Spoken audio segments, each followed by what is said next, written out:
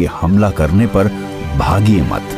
न वहां से भागिए और न ही शिकारी को अपनी पीठ दिखाएं। किसी चीज को भागते हुए देखकर बहुत उत्तेजना होती है और खुद को रोक पाना मुश्किल हो जाता है।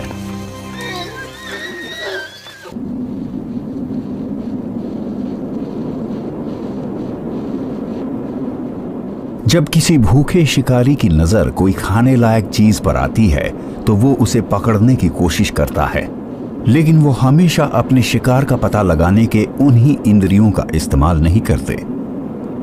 बहुत कुछ वहां के कुदरती माहौल पर भी निर्भर करता है।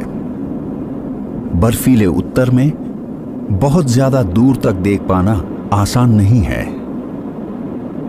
यहां लगभग हर चीज सफेद है या फिर वो बर्फ के नीचे दबी हुई है। यहां सूंघने की काबिलियत सबसे ज्यादा कम आती है और उत्तर दिशा में बढ़ते हुए पोलर बेयर उसी का इस्तेमाल करते हैं, शायद अपने दिमाग में किसी सील की याद लिए। ये शब्दों में तो नहीं सोच सकता, पर इसका दिमाग अलग अलग आवाजों, गंध और आकृतियों को याद रख सकता है। अपनी सूंघने की काबिलियत से इसने पता लगा लिया है कि यहां पास ही लेमिंग्स हैं। ये उनके खोदने की आवाज भी सुन सकता है, पर उन्हें देख बिल्कुल नहीं सकता।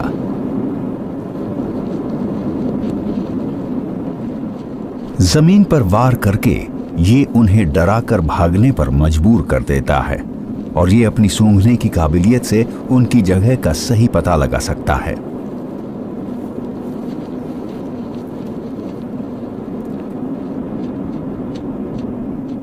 लोमड़ियां भी पोलर बेयर्स जैसी खूबियों का इस्तेमाल करती हैं, पर उनसे बेहतर।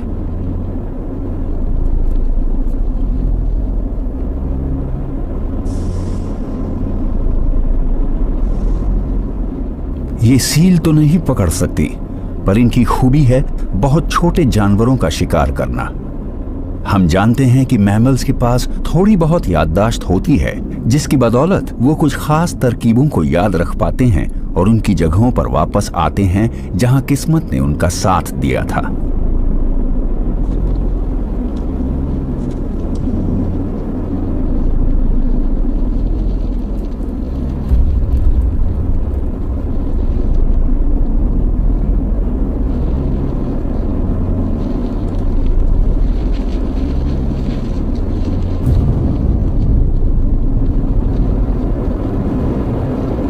ये जानवर तब भी शिकार करता है जब ये भूखा नहीं होता।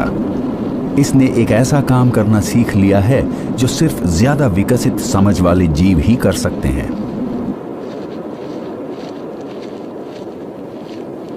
इसने खाना जमा करना सीख लिया है। जब ये भूखी नहीं होती तो लोमड़ियां अपने शिकार किए हुए लेमिंग्स को छिपा देती हैं ताकि जरूरत पड़ने पर उन्हें निकाल सके। ये समझदारी की वो निशानी है जिसकी बदौलत हमें सबसे होनहार जानवरों के सोचने के तरीके को समझने में मदद मिल सकती है। लोमड़ी कई महीनों तक शिकार कर सकती है और अपनी इस मेहनत के फल की बदौलत कई महीनों तक जिंदा रह सकती है। भालू लोमड़ियों से कम समझदार नहीं होते, बस उनकी जरूरतें वैसी नहीं होती। ये कई महीने कोई भी शिकार किए बिना रह सकते हैं। वहीं दूसरी तरफ नॉर्दर्न गॉसहॉक को रोज शिकार करना पड़ता है। ये प्रजाति सदा हरे भरे पेड़ों में घोंसले बनाती हैं, पर इन्हें पतझड़ वाले पेड़ों के जंगलों में शिकार करना पसंद है क्योंकि ये ज्यादा दूर तक देख पाते हैं और साथ ही प्रजनन के मौसम में इन्हें एक दिन में कई बार शिकार करना पड़ता है।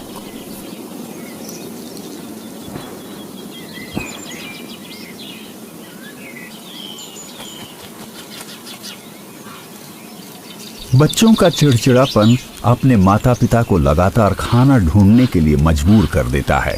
ये जिम्मेदारी का एहसास नहीं है जो इन्हें मजबूर करता है, बल्कि इनकी फितरत है। सही कहा जाए तो माँ बाप बनने से आया बदलाव, माता पिता होने का एहसास, पर सिर्फ एक फितरत ही है। समय के साथ वयस्क गॉसहॉक इसमें माहिर हो जाते हैं और हर बार अंडों से बच्चे निकलने पर और अच्छे माँ बाप बन जाते हैं। ये इस जोड़े का नर है और इस पर इन भावनाओं का बहुत गहरा असर हुआ है। ये घबराया हुआ है क्योंकि इसके बच्चे इसे परेशान कर देते हैं, मगर इसी वजह से ये किसी तरह का खतरा या शिकार को पता लगाने में माहिर हो गया है। प्रजनन के मौसम में ये अपने आसपास मौजूद हर चीज को बढ़ा चढ़ा कर देखता है। हार्मोन्स में आए बदलाव की वजह से ये सुपर गॉसहॉक बन गया है।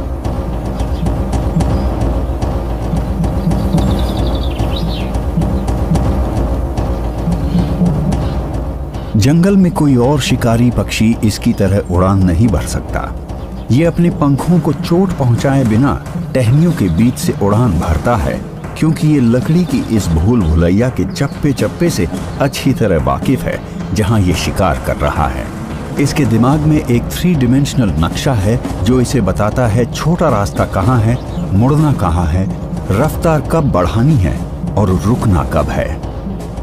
अपने दिमाग की बदौलत ये अपनी और उस जगह के बीच का अंदाजा लगा लेता है जहां शिकार तक पहुंचने पर इसका शिकार पहुंचेगा।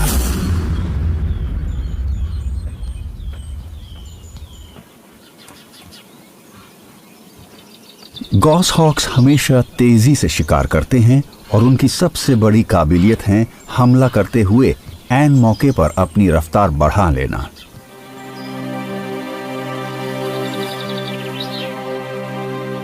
जब से इसने अपने साथी के साथ रहना शुरू किया है, तभी से इसे अपना शिकार बांटने की आदत पड़ गई है। ये उसे खाने की जितनी ज्यादा चीजें लाकर देता है, मादा इसे उतनी ही बार मिलन करने देती है। तभी से इसने शिकार के पंख नोचना शुरू कर दिया है ताकि मादा को ये सब ना करना पड़े, क्योंकि उसके पास पहले ही अंडे सेकने की बड़ी जिम्मेदारी थी। अब ये ऐसा अपने बच्चों के लिए करता है क्योंकि वो खुद ये सब नहीं कर सकते। शायद ये थोड़ा सा खा भी लेता है, छोटे छोटे से निवाले जो इसे शिकार करते रहने के लिए ताकत देंगे, लेकिन इसके अंदर की भावना इसे इस शिकार को अपने घोंसले पर ले जाकर सबके साथ बांट कर खाने या उसे पूरी तरह से उन्हें देने के लिए मजबूर कर रही है। शायद इस दौरान इसके शरीर में कुछ ऐसा होता है जिससे इसे कम भूख लगती है या कम खाने से ही इसकी भूख मिट जाती है। प्रजनन के मौसम में नर सिर्फ जिंदा रहने के लिए ही खाते हैं। असल में इस दौरान नर का वजन बहुत घट जाता है, पर इसकी अगली पीढ़ी को आगे बढ़ने का अच्छा मौका मिलता है।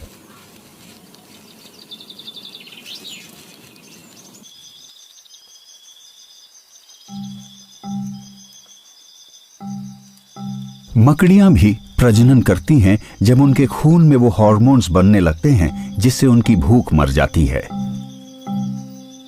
क्योंकि अगर उन हार्मोन्स की वजह से इन्हें भूख लगना बंद ना हो तो ये अपने बच्चों को ही खा जाएंगी। अगर हम उन चीजों का अध्ययन कर सके तो शायद हम इंसानों में मोटापा खत्म कर सके। हालांकि इससे ज्यादा अच्छा होगा शारीरिक कसरत करना। हैरानी की बात है कि मकड़ियां हिलती नहीं है, बिल्कुल भी नहीं, लगभग अपनी पूरी जिंदगी में कभी नहीं, सिवाय उन 2-3 घंटों के जो उन्हें जाल बुनने में लगते हैं।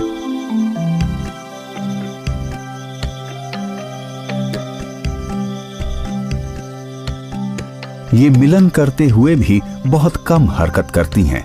हालांकि ऐसा साल में एक बार ही होता है, मगर हाँ, शिकार करते वक्त ये बिजली की रफ्तार से हरकत कर सकती हैं, या यूं कह लो कुछ ही मिली सेकेंड्स में।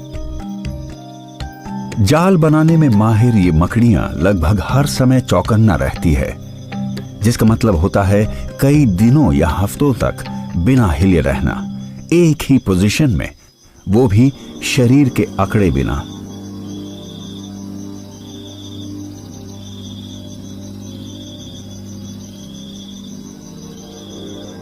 मगर फिर भी ये बिना हरकत किए 1 मिली सेकेंड में हमला कर सकती हैं।